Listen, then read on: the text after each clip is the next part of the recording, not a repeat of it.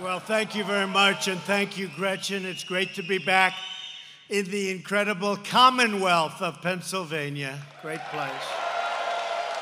And this is my 13th visit to Pennsylvania during my administration, which is more than any other president to this point in the term, and I really love Pennsylvania. I went to school in Pennsylvania, Philadelphia, so we love this state.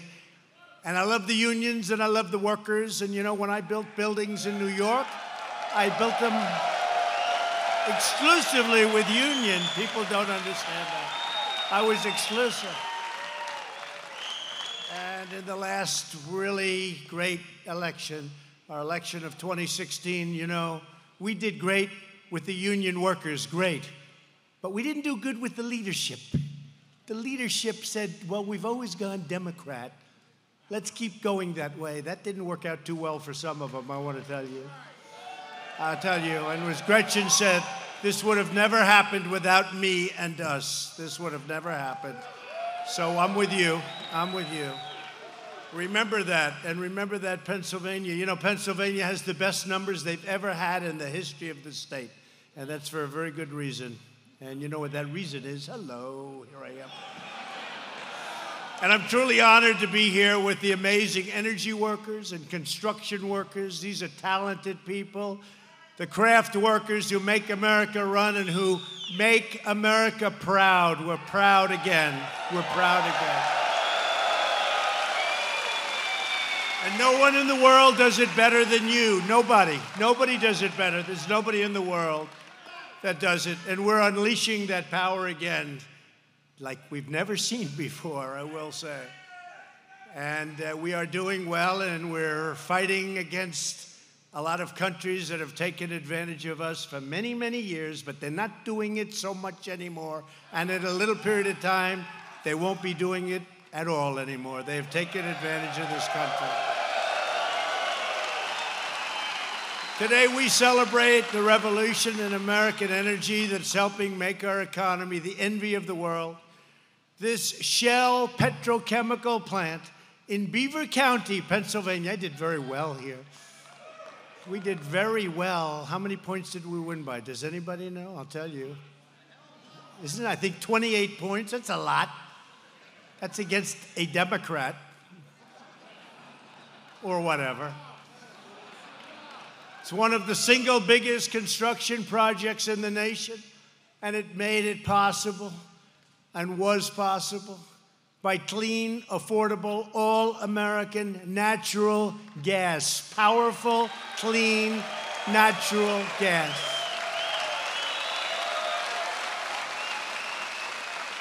And when the wind stops blowing, it doesn't make any difference, does it?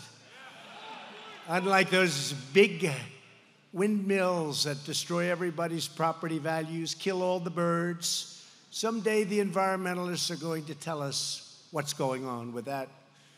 And then all of a sudden it stops. The wind and the televisions go off. And your wives and husbands say, darling, I want to watch Donald Trump on television tonight. But the wind stopped blowing and I can't watch. There's no electricity in the house, darling. No, we love natural gas, and we love a lot of other things too. Each of you is taking part in the largest investment in Pennsylvania history. It's the largest investment in the history of Pennsylvania, in the history of our country, the money that's being invested in your state right now. With your help, we're not only unleashing American energy, we're restoring the glory of American manufacturing, and we are reclaiming our noble heritage as a nation of builders again. Nation of builders. I was a good builder. I built good. I love building. In fact, I'm going to take a tour of the site. They said, sir, we were going to do it before the speech, but we're waiting for it to stop raining. I said, don't worry about the rain. Do we have umbrellas? Don't worry about the rain. Umbrellas work very well, especially when they're made in America. So I don't care, but we're going to take a tour afterwards. I'm going to speak to some of your union leaders to say, I hope you're going to support Trump, okay? And if they don't, vote them the hell out of office because they're not doing their job. It's true. Vote them out of office. When completed, this facility will transform abundant natural gas, and we have a lot of it, fracked from Pennsylvania wells, which they never would have allowed you to take if I weren't president. If my opponent won, this would be a lot of nice new structures outside. I guess you would have stopped long ago. You would have stopped construction before it started too much. But I was talking to Gretchen. They would have never gotten the approvals to do what's needed to fuel these plants.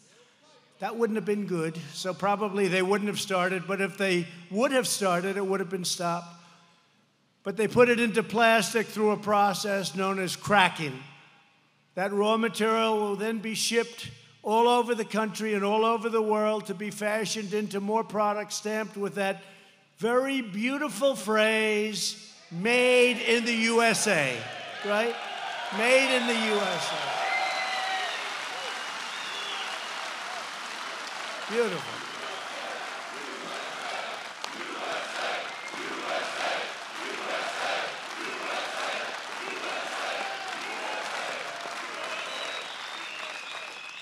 That is a beautiful phrase. Getting this massive job done right has required more than 1,500 pieces of heavy equipment, one of the largest cranes anywhere in the world. I look forward to seeing it. I love cranes. I love trucks of all types. Even when I was a little boy at 4 years old, my mother would say, "You love trucks." I do. I always loved trucks. I still do. Nothing changes. Sometimes, you might become president, but nothing changes. I still love trucks, especially when I look at the largest crane in the world. That's very cool. Do you think I'll get to operate it? I don't know.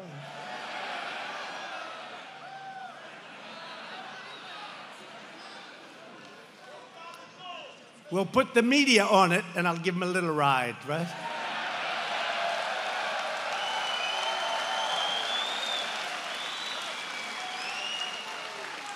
And you have thousands of tons of concrete, aluminum, and steel, and nearly 6,000 of the strongest, toughest, and most talented workers anywhere on earth. I know. It was the Trump administration that made it possible, no one else. Without us, you would never have been able to do this. I want to thank all of our great union members, the Boilermakers, carpenters, cement finishers, electricians, iron workers, laborers, millwrights, operators, plumbers, painters, steam fitters. I know them well. And a group that I've used more than anybody that's ever run for office, times 1,000. Because in New York City, they would drive those cement trucks up to my building. And those trucks were always on time, and sometimes they were lined up for 6 blocks when I was doing different things. Even when I was doing the Wollman Rink, the city couldn't build it. It took them 9 years. They had no idea what they were doing. And I had that whole big, about 70,000 feet. It's like a massive office floor, bigger than an office floor. We did it all in one day, and the trucks were lined up from Central Park all the way back into Harlem. And they did it all in one day, that pour. It was called a contiguous pour. The city used to build little pieces, a little piece here, a little piece there, a little piece here, a little piece there. A few years later, a little piece here. Then they had pipes underneath, and the pipes were made out of copper. And during the evening, things would happen like the copper would be stolen because it was very valuable. So they'd have a little piece with copper, and then the rest of the pipe they'd lay, and they'd get ready to pour. And they'd leave, and everybody would steal the copper. So this took place for, I guess, from 7 to 9 years. Nobody actually knows. Nobody wants to talk about it. But those trucks were operated incredibly well, and I never missed a delivery, and it's called the Teamsters. I also want to thank Bechtel, a real incredible company. We talk about the great builders of the world, President.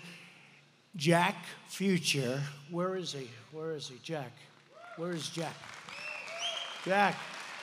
What a great job you've done, Jack. Some big ones. Think of it this way, Jack. If we don't win, you won't be doing anything in this country. And you know, the world follows us. You see that? The world follows us. And it won't be so good. But you and I are friends, and you're going to have a lot of work to do, I think, Jack. A lot of work. Thank you, Jack. Great job. Jack has done an incredible job. That's an incredible company. Incredible. They're incredible builders. And the Secretary-Treasurer of North America's Building Trades Unions, Brent Booker. Where's Brent? Brent, thank you. Great job. Young guy. You're so young, Brent. How the hell did you get that job? Man. We're honored to be joined by two leaders who truly have the backs of American workers. They become friends of mine. They do such an incredible job. They break up the roadblocks. We have a lot of roadblocks in this country where you have a little clause can stop a project. Little clause can stop it for years. And we break up those little clauses. We break them up fast. Energy Secretary Rick Perry. Where's Rick? Rick, thank you, Rick. What a great guy. I had to compete with him. You know, he wanted to be president. He was tough. He was nasty, man. He was nasty. But then he said, I want to do something great. And you have been incredible. He ran Texas for like 14 years. And he did it well. And now he's running a little thing called Energy. And nobody's ever done it better. Thank you, Rick, very much. Great job. And a man who has been incredible in every way, you know, EPA, Environmental Protection Agency. You've heard a lot of horror stories where nothing can get done, nothing gets passed. It takes years and years and years to get a simple permit. It can take 20, 21 years to get a road before they reject it. How about this? They go 20 years, 21 years in certain cases for a highway or a road, not even a highway. At the end of the 21st year, they vote to reject it. How would you like to be? You're a young person, you're starting out, and you're all excited about this project, and it starts off as being a simple straight road, and then it ends up being a total catastrophe because of nesting and lots of other things that we can take care of. And it's 20 years later, and then they reject it. You've devoted half of your working life to a rejection. Happened to many people. And we have a man that knows how to break it up, but he's also a great lover of the environment. EPA Administrator Andrew Wheeler. He's done an incredible job. Andrew? Great job, Andrew. Great. Really great job. And I also want to recognize some of my great friends that have helped me so much. Congressman John Joyce. John, where's John? John, usually you're in the front row. I can't believe this. I guess you got shut out by the unions. Look. Thank you, John. Fantastic job. John Joyce, been a great friend of all of us. Speaker of the Pennsylvania House of Representatives, Michael Turzai. Michael Turzai. Thank you, Michael. Great job. Thank you. Good to see you, Michael. Michael Turzai. Great name in this state, I'll tell you, for a long time. How long has it been, Michael? You've been there a long time. How long? Okay, good luck. Not that long. Thank you, Mike. And one of my good friends from Beaver County, David Urban. David, where's David? David, thank you, David. Great football player, great athlete. And he was a Trump supporter. He liked Trump. And when he liked Trump, nobody was going to get in his way. Right, David? Thank you. Thank you. How are we doing in the state, David? We looking good? Thank you. I appreciate it. Thank you. I think we're looking very good. I think we're looking good all over in Ohio, in North Carolina, and South Carolina, Florida. We just got numbers in Florida. We're looking fantastically good. Now, you know, sometimes, and they say, Donald Trump, can you imagine if I got a fair press? I mean, we're leading without it. Can you imagine if these people treated me fairly? The election would be over. Have they ever called off an election before, just said, look, just let's go. Go on, 4 more years. Yeah. And then you want to really drive them crazy, go to hashtag 3rd term, hashtag 4th term. You'll drive them totally crazy. I mean, you have one guy on television. I'm telling you, he's not leaving. He's going to win, and then he's not leaving. So in 2024, he won't leave. I'm telling you, this is a serious person. These people have gone stone cold crazy. And we're grateful especially to Chairman of Royal Dutch Shell. That's big stuff, folks. You know, I'm a business guy. When I hear Royal Dutch Shell, you know, until I became president, that was like a big deal. But now I don't view it the same. Once you're president, nothing seems big, right? Chad Holiday. Where's Chad? Chad understands it. That's a big deal, Chad. And thank you for coming. That's a big deal. You don't get any bigger.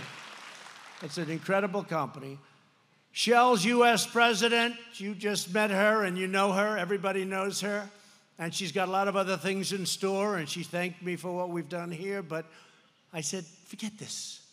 We got a lot of jobs. Let's do a couple of more fast. Do them fast.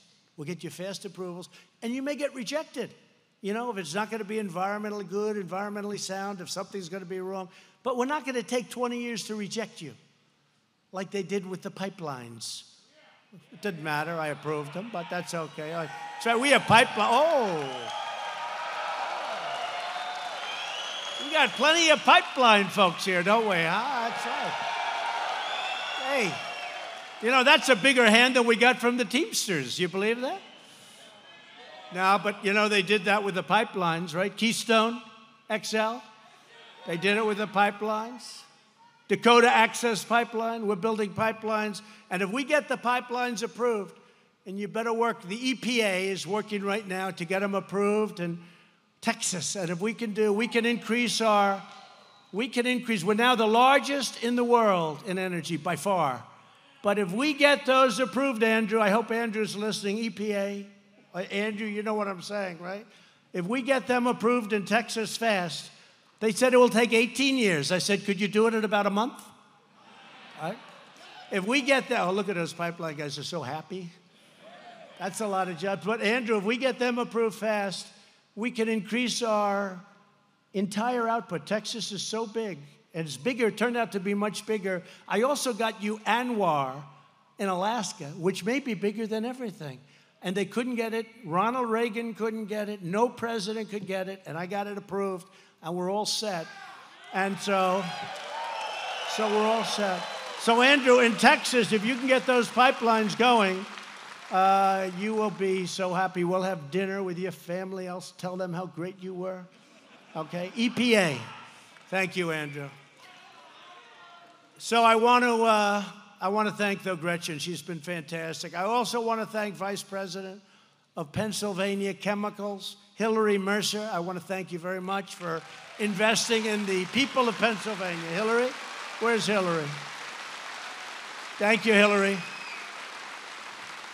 You're investing in the people of Pennsylvania, so that's a guarantee as far as I'm concerned.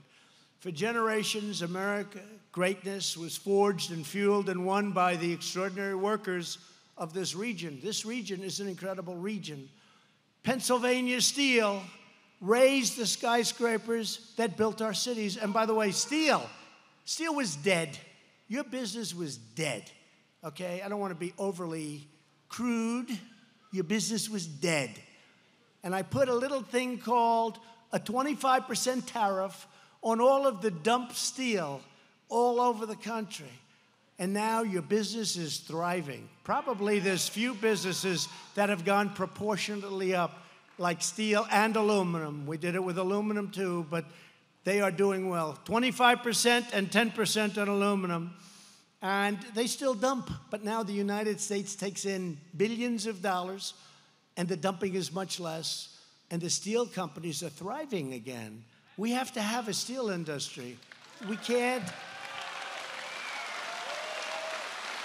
I mean, we need steel for defense. We need steel. What are we going to do? We have a little bit of a problem. We have a little bit of a conflict. We'll say, listen, China, could you do us a favor? We need help. All our steel mills are closed. Oh, damn it. Could you send us some steel, please? We don't make steel anymore. Well, we make it now. And I'll tell you what, those steel mills, U.S. Steel, and all of them, they're expanding all over the place. New mills, new expansions. We didn't have a new mill built in 30 years, and now we have many of them going up. Many car plants, they're coming in from Japan. I told Prime Minister Abe, great guy, I said, listen, we have a massive deficit with Japan. They send us thousands and thousands, millions of cars. We send them wheat. That's not a good deal. And they don't even want our wheat. They do it because they want us to at least feel that we're okay. You know, they do it to make us feel good. But the deficit is massive, it's changing rapidly. But what they're doing is they're buying a lot of our stuff, including our military equipment. They're building car plants now in the United States, in Michigan, in Pennsylvania. Many of the Japanese car companies are coming over and building car plants in the United States. It doesn't fully do the trick, but it helps. And those deficits will start coming down very substantially. But we're losing $78 billion. For many years, we're losing billions and billions with these countries. And frankly, the countries that we do the worst with are the allies, our allies. Does that make sense to you? Our allies take advantage of us far greater than our enemies. And someday, I'm going to explain that to a lot of people. Pennsylvania miners, do we love our miners? They lit up our towns and powered our industries. And Pennsylvania factory workers made the American brand into the universal symbol of excellence all around the world, all over. But in recent decades, the loyalty of Pennsylvania workers was repaid only with betrayal. They betrayed you. They let your companies move to Mexico, to Canada, to China, to many other places. We ended up with no income and massive unemployment. Well, right now, our employment has reached the lowest level that it's seen since the 1960s, and we'll soon be breaking that record, I predict. And you've heard me say it, but now it's even better. Numbers just came out. African American unemployment, lowest in history. Asian American, Hispanic American, lowest in the history of our country. Women, lowest in 70 years. Sorry, women, I let you down again. Think of it, lowest in 70 years, and I have to apologize to women. But soon we're going to have that. That will be a record very soon. We're very close to saying lowest in history for women, unemployment. Today, we have more workers working in the United States, that almost 160 million, than at any time in the history of our country. Think of that. That's a hell of a stat.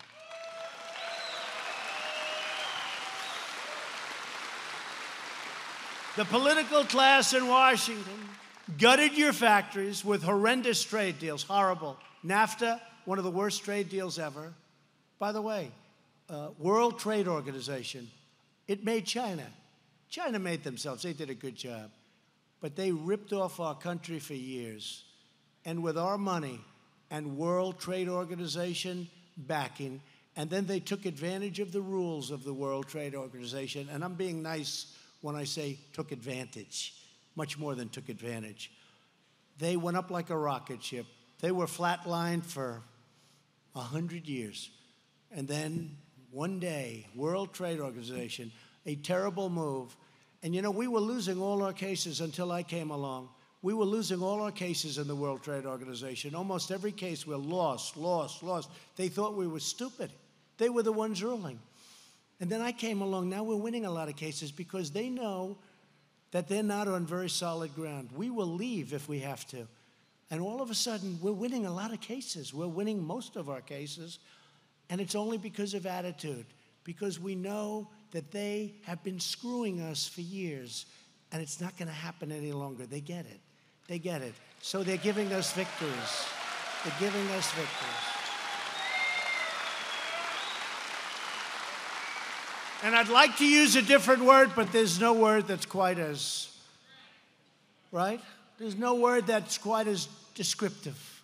I'd like to, but that's exactly what they were doing. They were taking advantage of us for years and years, and now they understand that if it's not going to be fair, it's not going to be at all. We don't need it. We don't need it. So a lot of good things, and I think we will. I think they will treat us fairly. I mean, the concept should work, but people have taken advantage. Like, for instance, they view certain countries like China, India, many countries for a long time. They viewed them as they're growing, right? They're growing nations. We're a mature nation. They're growing. These are growing nations. Well, they've grown, and they had tremendous advantages. But we're not letting that happen anymore, okay? We're not letting that happen anymore. Everybody's growing but us. You know, they're all growing nations. We have to work with them. But nobody ever wants to work with the United States. It's a disgrace. But it's changing, and it's changing fast. And I think it's the primary reason, probably, that I ran for president. I'd see these factories all over the country, and I'd see them empty, and I'd see the jobs going to other countries, and I just never understood why the politicians didn't do anything about it. But now we're doing it. And by the way, the USMCA, that's Mexico and Canada, that deal is a fantastic deal. And it's a great deal for your unions, too. We have the farmers, the unions, the manufacturers. It's good for everybody. We have to get the Democrats to put it up for a vote. And most Democrats are going to vote for it, too. They're under a lot of pressure to vote for it. But that replaces one of the worst trade deals ever made, which is NAFTA. But I watched them crush your industries with taxes and regulations, and they targeted American energy for total destruction. You weren't going to be able to take anything out. That's our gold. That's gold underneath our feet. And they weren't going to allow it to happen. The Paris Accord. The Paris Accord was good for other countries, wasn't good for us. All the while, they expected you to stay on the sidelines, silence your voices, and surrender the future of our nation. And you didn't do it, but you didn't have the right people representing you, so it didn't matter. But when you finally had the right person, the person that really cared, because this thing is costing me a fortune being president. Somebody said, oh, he might have rented a room to a man from Saudi Arabia for $500. What about the $5 billion that I'll lose? You know, it's probably going to cost me, including upside, downside, lawyers, because every day they sue me for something. These are the most litigious people. It's probably costing me from $3 to $5 billion for the privilege of being, and I couldn't care less. I don't care. You know, if you're wealthy, it doesn't matter. I just want to do a great job. That's why I don't care. I want to do the right job. When this great building company comes here and wants to build a plant, I want to make it easy for them, not hard for them. I'm not jealous of them. I couldn't care less. Bechtel. I'm not jealous of them.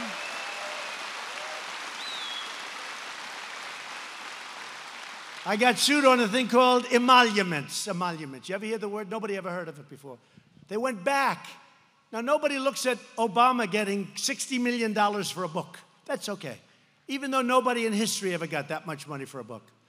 Obama got $60 million. Think of it, $60 million for a book. Nobody looks at any, but with me, it's everything, emoluments. Nobody knows what it is. Here's the good news. Last month, I just won 2 cases on emoluments. And the judge was scolding of the other side. And what it is presidential harassment, because this thing is costing me a fortune, and I love it, okay? I love it because I'm making the lives of other people much, much better.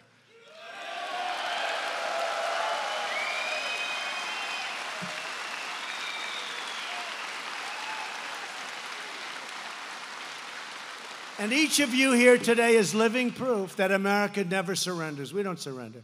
And we were in bad shape. This area was in really bad shape. And now you look outside and you say, that's like the 8th wonder of the world.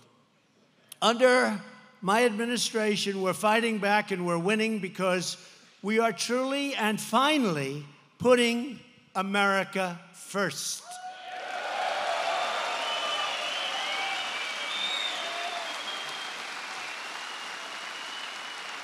After years of building up foreign countries, we are finally building up our country. Think of it.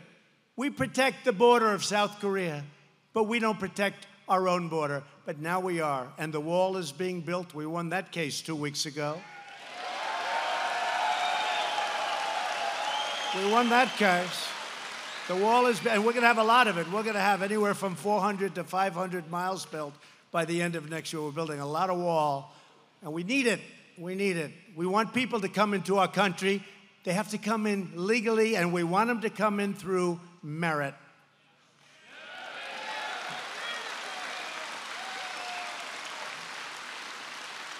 The last administration tried to shut down Pennsylvania coal and Pennsylvania fracking. If they got in, your fracking is gone, your coal is gone. You guys, I don't know what the hell you're going to do. You don't want to make widgets, right? You don't want to make, you want to learn how to make a computer, a little tiny piece of stuff? You put it with those big, beautiful hands of yours. Look. He's going to take these big hands. He's going to take this little tiny part. He's going to go home. Alice, this is a tough job. No, you want to make steel and you want to dig coal, and that's what you want to do. I was in West Virginia when Hillary made that terrible statement that she wants to close up all of the coal. She forgot in 3 weeks she was going to West Virginia. Remember, she wanted to close up all coal. She was in an area where they didn't do the coal, and she said, I look forward to closing up all coal. It's going to be closed. Steel, going to be in big trouble. She forgot 3 weeks she was going to West Virginia. That didn't work out too well. I won that one by 42 points. 42 points. West Virginia. And I actually think this time we have a good chance of winning Virginia, which is a tough one to win because, you know, you have some people there that maybe don't agree with us, but I think we have a really good chance of Virginia, too, which is something that hasn't been won by a Republican in a long time. But it's common sense. A lot of this is, you know, they say politics. Politics, great politics, is common sense. But on my first day in office, I ended the war on American energy. And that's common sense, I think. You know, that's common sense. We're lucky. You go to places like China, they don't have oil and gas. They don't have it under there. They have to go buy it. And then they devalue their currency and manipulate their currency. And that costs them a fortune to go out and buy it. They hurt themselves in the long run, but they're devaluing all over the place, as others are. But we have this unbelievable, the greatest in the world. We have the greatest resources, which really came about over the last few years. Nobody knew this. Fracking made it possible. Other new technologies made it possible. And now we're the number one, think of it, as I said, the number one energy producer in the world. I'm so proud of that because we wouldn't have been number 5. They were going to close it up. They were going to close it up. And it's common sense. They wanted to take away our wealth. That's what the Paris Accord would have done. It would have taken away our wealth.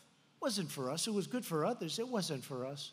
We had to pay money to other countries that are very substantial countries. They wanted to take away your wealth. They didn't want you to drill. They didn't want you to frack.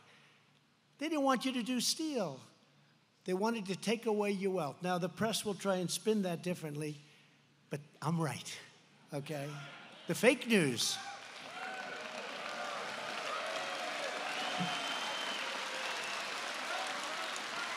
That's a lot of people back there for like 11 o'clock speeches. That's a lot of people. That's a lot like the Academy Awards during the day. It used to be. You know, the Academy Awards is on hard times now. You know that. Nobody wants to watch it. You know why? Because they started taking us on. Everyone got tired of it. It's amazing. That used to be second after the Super Bowl.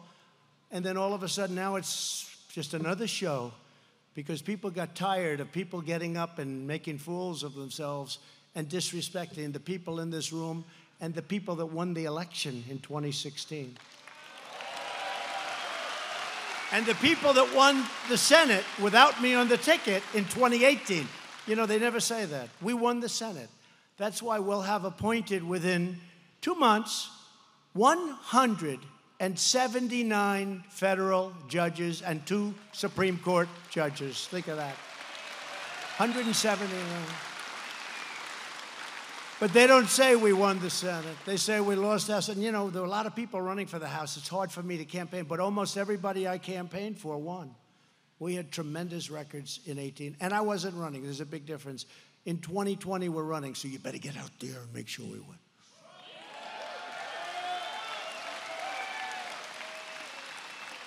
And we have a record that nobody's ever had. Remember, when I was running, I was saying, we're going to do this, we're going to create jobs. Everyone, big yawn, we like it. Let's give them a shot. What do we have to lose, right? I said that with African Americans. They had the worst crime rates, the worst education, the worst everything. They had like 10 things. I'm reading it off a list. I looked, I said, what the hell do you have to lose? But I really sort of said the same thing to everybody, because our country wasn't doing well with Biden and Obama, wasn't doing well. And they were pouring money in, pouring money in, and it wasn't doing well. Even now, you see the interest rates. I'm paying a normalized interest rate. We should be paying less, frankly. This guy's made a big mistake. He's made a big mistake. The head of the Fed, that was another beauty that I chose. But even with that, we're paying a normalized interest rate. The nice thing is you get some interest from the bank. With President Obama, he was paying nothing. It's easy to make money when you're paying nothing. You're paying zero. Easy. But even with that, our economy's roaring, and his wasn't. It was the weakest economy since the Great Depression, the weakest up. So we have it going. Our country now has the hottest economy anywhere in the world. Every time a prime minister, president, king, queen, dictator, whatever they may be, some are sort of mutual. Some of you have presidents and prime ministers who are actually dictators. But they come in and they see me at the Oval Office. They always say, almost everybody, congratulations on your incredible economy. What you've done is incredible. The tax cuts, the regulation cuts, all of the things we've done. And they're all saying, and they want to try and copy us. It's not easy to copy us. And part of the reason it's not easy is because of the people like this, all over the country, the people in this room. You are incredible people. That was an incredible win. Thank you. Incredible. Incredible people. Incredible people. And here in the Appalachian region, where the Marcellus and Utica shale formations generate 1/3 of American natural gas. Think of that. You've been sitting on this for a long time, and yet look at the numbers. Look at the way you lived, because you never had anybody that wanted to take advantage of it. But now we're taking advantage of it. You're sitting on gold, and we're taking advantage of it, and your future has never looked brighter or better. It's so great that you stayed, because you suffered. This whole region, Appalachia, the whole region, it just suffered, this whole region, with great people, the greatest people, and you suffered. When this plant opens, 600 American workers will get the full-time jobs with quality health care, pensions, and great pay to support a family. And you have, I said before, almost 2,000 construction workers. And you're going to another plant, because we're going to talk to Bechtel after this, and we're talking to Shell. When you got the boss from Shell, you people don't realize, that's a big deal. I don't know where the hell he comes from. Where are you based? It's not in this country. Hey, how about moving Shell to the United States?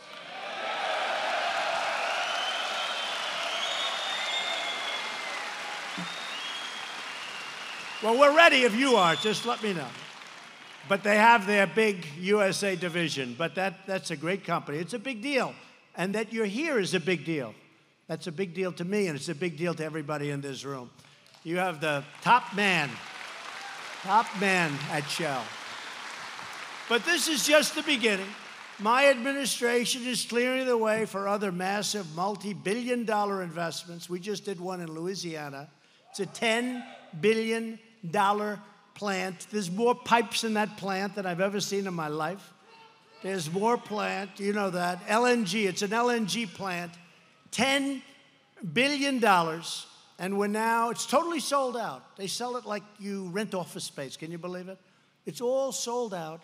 All over the world, people have used it. And you haven't had a plant like that built in this country, really ever, because there's never been anything that big. But you didn't build plants like that because environmentally they weren't letting you. And yet environmentally is so good what they've done and what they can build today. Investments that could bring more than 100,000 new jobs to this region are now being looked at very seriously. And I think the $100,000, I really do. I feel the 100,000 jobs, Andrew, is going to be a very low number. I think you're going to have many more. This is an incredible region. You're sitting on top of something special. It's all fueled by the greatest treasure on the planet, American energy, and we don't want people taking that away from us. 2 more companies have recently proposed a $10 billion investment in the great state of Ohio. Incredible state.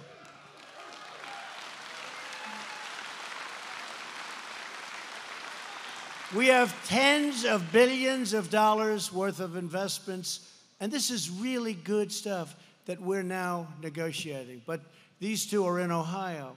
The energy revolution is also creating new jobs in West Virginia, Mexico, Colorado, Texas, Kansas, Louisiana, Indiana, Michigan, Illinois, Tennessee, North Carolina, South Carolina, all across our beautiful land. You have no idea what's going on, including, as I said before, car companies. We didn't make cars. Look, we lost 32% of our car companies to Mexico.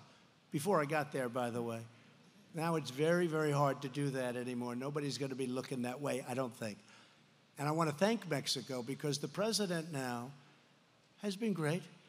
And he's got 27,000 soldiers on our southern border and on his border with Guatemala, keeping our borders safe. Our numbers are plummeting, the people coming in. All because the Democrats won't approve fixing the loopholes in asylum. So I want to thank Mexico. It's incredible. We have close to 27,000. Think of that. We never had 3. I think we had about 2.5 soldiers. One was sitting down all the time. We had nobody. And don't forget, the southern border is 2,000 miles from the Gulf to the Pacific. We have 27,000, and they're doing a great job. And they're helping themselves, too, because they're disrupting and really hurting the cartels. So much of that stuff is run illegally by the cartels. Human trafficking, drugs, people. It's terrible. And Mexico, I'll tell you, they're so far. I hope they're going to keep it up. I hope they're going to keep it up. But they've been great. And 27,000 people. They wouldn't have done that for any other president, that I can tell you. That I can tell you. With us today are a few of the hardworking Pennsylvania patriots who are making this comeback possible. Jason Eckhart is the 3rd generation of his family to work on these grounds, and he's doing better than any of them. His father, and by the way, 3 years ago, you wouldn't have said that. 3 years ago, his father would say, hey, I had it made. His grandparents would say, we had it made. Now he can look at them and say, Dad, we have it made. His father and grandfather worked for the zinc smelting company previously housed at this site. When that plant closed in 2014, 500 jobs disappeared like magic. Remember President Obama? You need magic to bring back manufacturing jobs. You need a magic wand, remember? Not going to happen. Well, so far we brought back 600,000 manufacturing jobs. And Jason never imagined he would get the chance to carry on his family's legacy. But now he has. He is carrying it on, and he's carrying it on proudly. He's a great American. Jason, where are you, Jason? Jason. Jason. Come on up, Jason. Come on, let's get Jason up. Come on up, Jason. I'd like Jason to tell us what this great facility means to him and to his family. Thank you.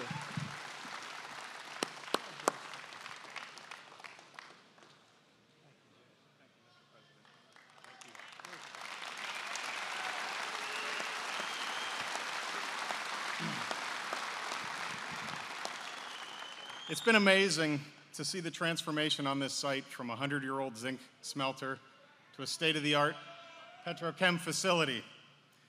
I'm very proud to be part of Pennsylvania Chemicals, to redevelop this site and create the jobs in Western Pennsylvania for all of you.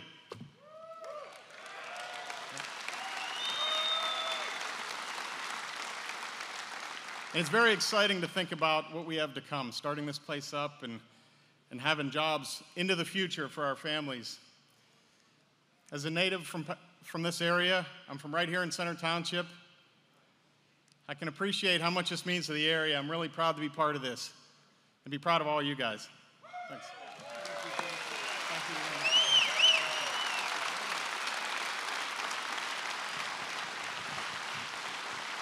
Thank you, Jason. Great. Did you enjoy doing that, Jason? I think so. You had a big group of people back here that likes you a lot. They're giving him a hard time back there, right? His friends. Thanks, Jason. Heather Michaud grew up here in Beaver County and has been working for Shell in other states for several years. Now she can raise her family right near her parents and loved ones and actually be home where she wants to be and where she belongs. Heather, please come up and tell us about your journey.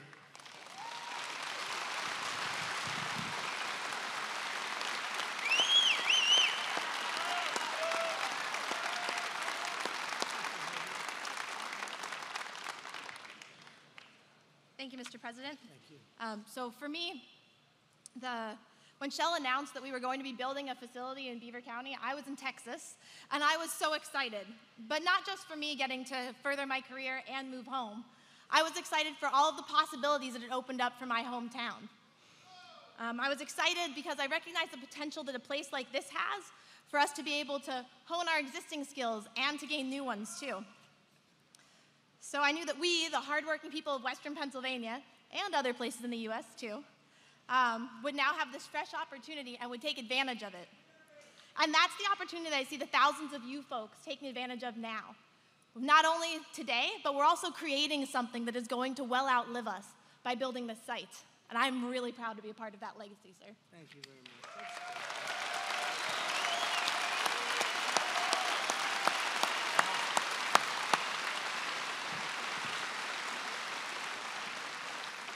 Great job. Thank you. She'll be running for office soon. Fantastic job. Samantha Paulizotto was a single mom working full-time when she learned about process technology training programs at the local community college funded by Shell. She became the first woman to graduate from that program, and she made the dean's list. That's pretty good. Now she's leading the way as one of the very first production operators hired here at Shell. Samantha, please come up and say a few words, please.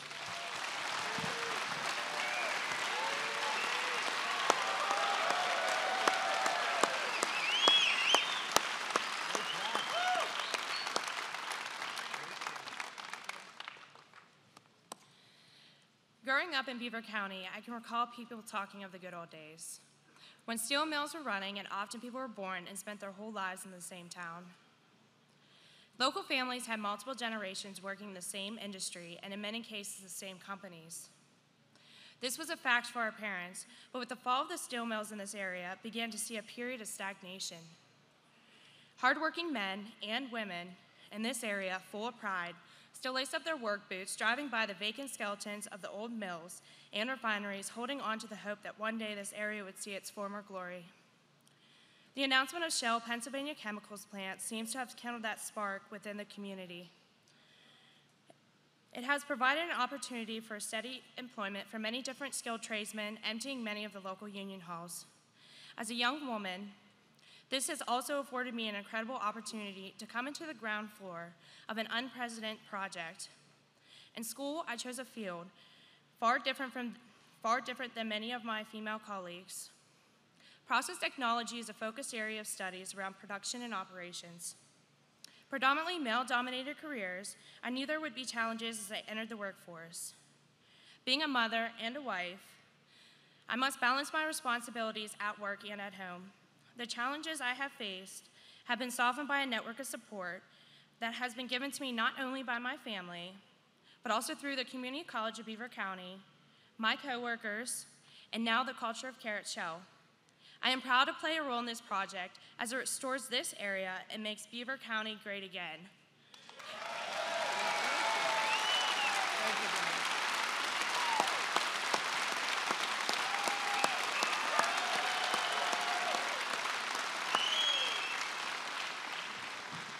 Thank you, Samantha. That was a great job. Thank you. To help create more opportunities for workers like Jason, Heather, and Samantha, my administration started the Pledge to America's Workers. Our partners are providing over 12 million training and enhanced career opportunities to American workers, and my daughter Ivanka is working so hard on it. She's done a great job. 12 million people so far have been positively affected. Today, I'm pleased to announce that Shell is signing the pledge to America's workers to provide enhanced career opportunities. By the way, Shell, thank you.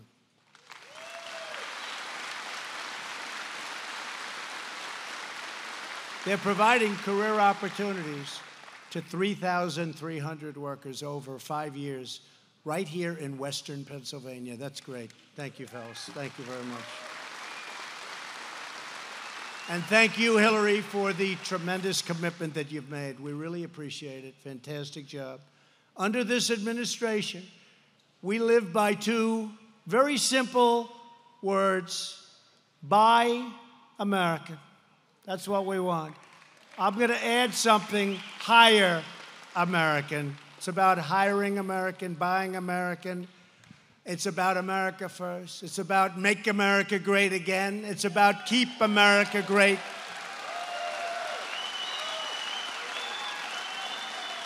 Despite all of this exceptional progress, however, some politicians in this country still want to keep America's vast energy treasures buried deep underground. Let other nations take advantage of our country. Not happening anymore.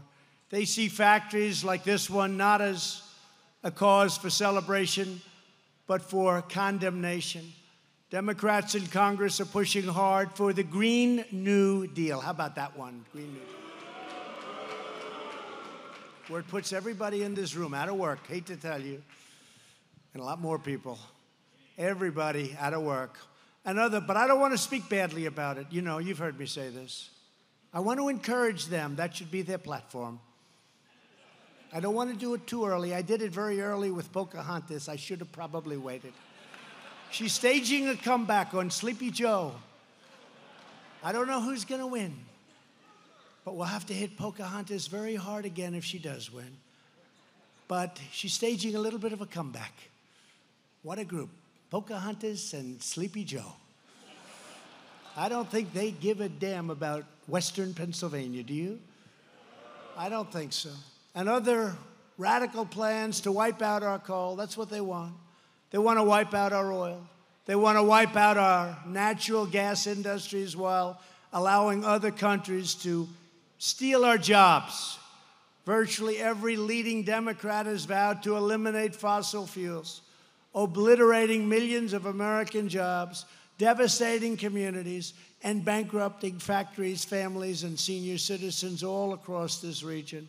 And by the way, this is the only fuel that has the power for plants. When you have to steam up and you have to fuel up on these giant plants, these giant generators, these giant electrical factories, you need what you're doing.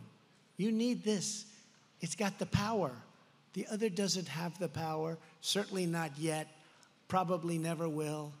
And we're not taking chances. And we have the cleanest air and water we've ever had in our country right now. The cleanest we've ever had. And we're going to keep it that way. But we're never going to allow other countries and outside sources to take away our great wealth, because that's what they want to do. They want to take away our wealth, take away our jobs. We're not going to let it happen. To see the destructive results of the far left's energy nightmare, just compare the enormous success here in Pennsylvania with the tremendous folly happening right across a little line in New York. Both states have vast energy reserves, but New York prohibits development while Pennsylvania welcomes it. From 2010 to 2017, natural gas production plummeted by nearly 70% in New York, but it soared almost 1,000% in Pennsylvania. And New York won't allow us to build a pipeline across, because New York is sort of a long state. And we can't have pipelines going across, helping a region that's not a wealthy region at all. They have a lot of economic problems. People are leaving left and right. We want to get it over to the waters. We want to get it over to the oceans. We want to get it up to New England, where they have the highest energy costs anywhere in the United States. We can't get energy because New York doesn't allow the pipelines to go through. And that's going to be very costly for New York, ultimately. As a result, families in Pennsylvania, shale country, got more jobs, billions of dollars in royalty payments, and wages that are significantly higher compared to their neighbors just across the state line. Meanwhile, families in New York, I love New York. That's where I'm from. Probably most of you don't know that. That's where I'm from. They're burdened with more power outages and electricity rates. You never saw anything like this, that are much, much higher than neighboring states and than your state. New York energy rates are through the roof. New England, through the roof. A lot of it has to do with the fact that we can't get pipelines through New York. New York won't let us. They won't let us. All New York likes to do is sue me. They like to sue me. They're always suing. I said, which lawyer's handling that case? No, they sue me for everything so they can try to stop us by any means possible. The radical left wants to do to America what they've done to New York, raise prices, kill jobs, and leave our nation less independent and far less secure. My vision is the exact opposite, and we want to work with New York, and we want to help New York. They need jobs in New York so badly. You know, they talk about the environment. So you have the state line, and over here, you have machinery, fracking. And over here, you have nothing except poverty. Over here, you have people driving new cars and nice cars. And over here, you have cars that are 40 years old. Now, what does that have to do with the environment? It's the same. It's an artificial line. And I wonder what happens when they get down there. What happens? I just wonder, is New York losing its wealth? You know what I'm talking about, right? What happens when those lines go down and they can go in any direction now? The equipment is so incredible. So hopefully we can help New York. I want to help New York so much. We will never allow ourselves to be at the mercy of foreign energy suppliers, and that's what's fighting us. They don't want us to have great energy. They've made a fortune selling us energy. You probably saw the Straits the other day. Very few American boats are there. They capture Iran. I broke up that deal. That was a good thing to do. It's a whole different country right now. But they're capturing boats from other countries. They're not taking our boats. And one of the things that was brought out by the media, actually, and wisely and correctly brought out, we have very few boats going there anymore because we have our own oil and gas. We don't need it from the Middle East anymore. And that's why we're pursuing a future not only of energy independence, but not just words. You know, you've been hearing energy independence for years and years, and you'd hear it. We have real independence. But what we want now is not independence. We want American energy dominance. Dominance. Instead of relying on foreign countries, we are now relying on American producers, and we are relying on American workers to build our own future right here on American soil. It's time. And together, we're defending the oil and gas workers who light up our cities and uplift our communities. We're fighting for the technicians and construction workers here in Beaver County who are building a powerful engine of American commerce. There's no place like what you're seeing right outside these doors. There is no place like it. We're here once again to stand up for the engineers and the factory workers who will shape the work of your hands into American-made products sold all over the world. That's what's going to happen. That's what you're producing. And everyday patriots who make this all possible, you are the backbone of America, the absolute backbone, and you haven't been given the honor of having that said by other people, but you are the backbone of this country.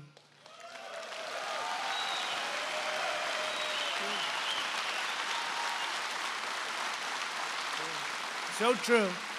You are the ones who work hard, pay your taxes, build your neighborhoods, obey our laws, safeguard our values, raise up your children, make this land the greatest nation ever to exist on the face of the earth. You are the ones who do it. We work with a lot of people, but you are there and you are doing it. You've always been loyal to America, and now you finally have a president of the United States who is loyal to you.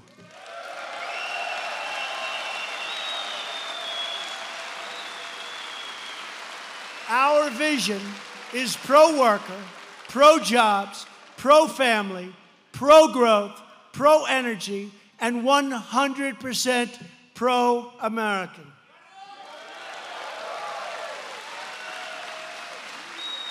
And we're taking care of our military, and we're taking care of our vets. Veterans' Choice, you've been hearing about it for 45 years. I got it approved. Veterans' Choice. We're taking care of our veterans. We're taking care of our military like never, ever before. Because Americans can do anything, go anywhere, and outperform anyone. Nobody can beat us. Nothing can stop us. Because winning is what Americans do. Winning is what we know best. We will keep winning, winning, winning. And I used to tell you the story about winning. I used to say that your great leaders would come to Washington and they would say, President, we're winning too much. We can't take it anymore. The people of Pennsylvania cannot stand winning. We haven't won for years and years, and now we're winning too much. Mr. President, please, for the good of the people of Pennsylvania, stop winning. Stop creating all these jobs. Stop creating all this product. Please, sir, please stop winning. And I said to them, and I will say to them, we're never going to stop winning, because nobody's ever won like what's happened over the last couple of years. Nobody's ever won like you're winning. I've more than fulfilled my promises. Even they said, he promised things and he actually produced more than he promised. That's true. But we're going to produce more and more. I just want to thank everybody.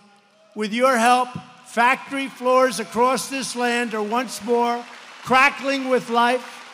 Our steel mills are fired up and blazing bright. The assembly lines are roaring. Industry is booming. And the hearts of our workers, the American spirit is soaring higher, stronger, freer, and greater than ever before. I want to thank you all for giving this nation your very best, and your very best cannot be beaten. I want to thank you for filling America with pride. We are proud of you. We think you are just incredible, incredible people, and it's an honor for me to be with you in Pennsylvania. Thank you very much. God bless you. God bless you.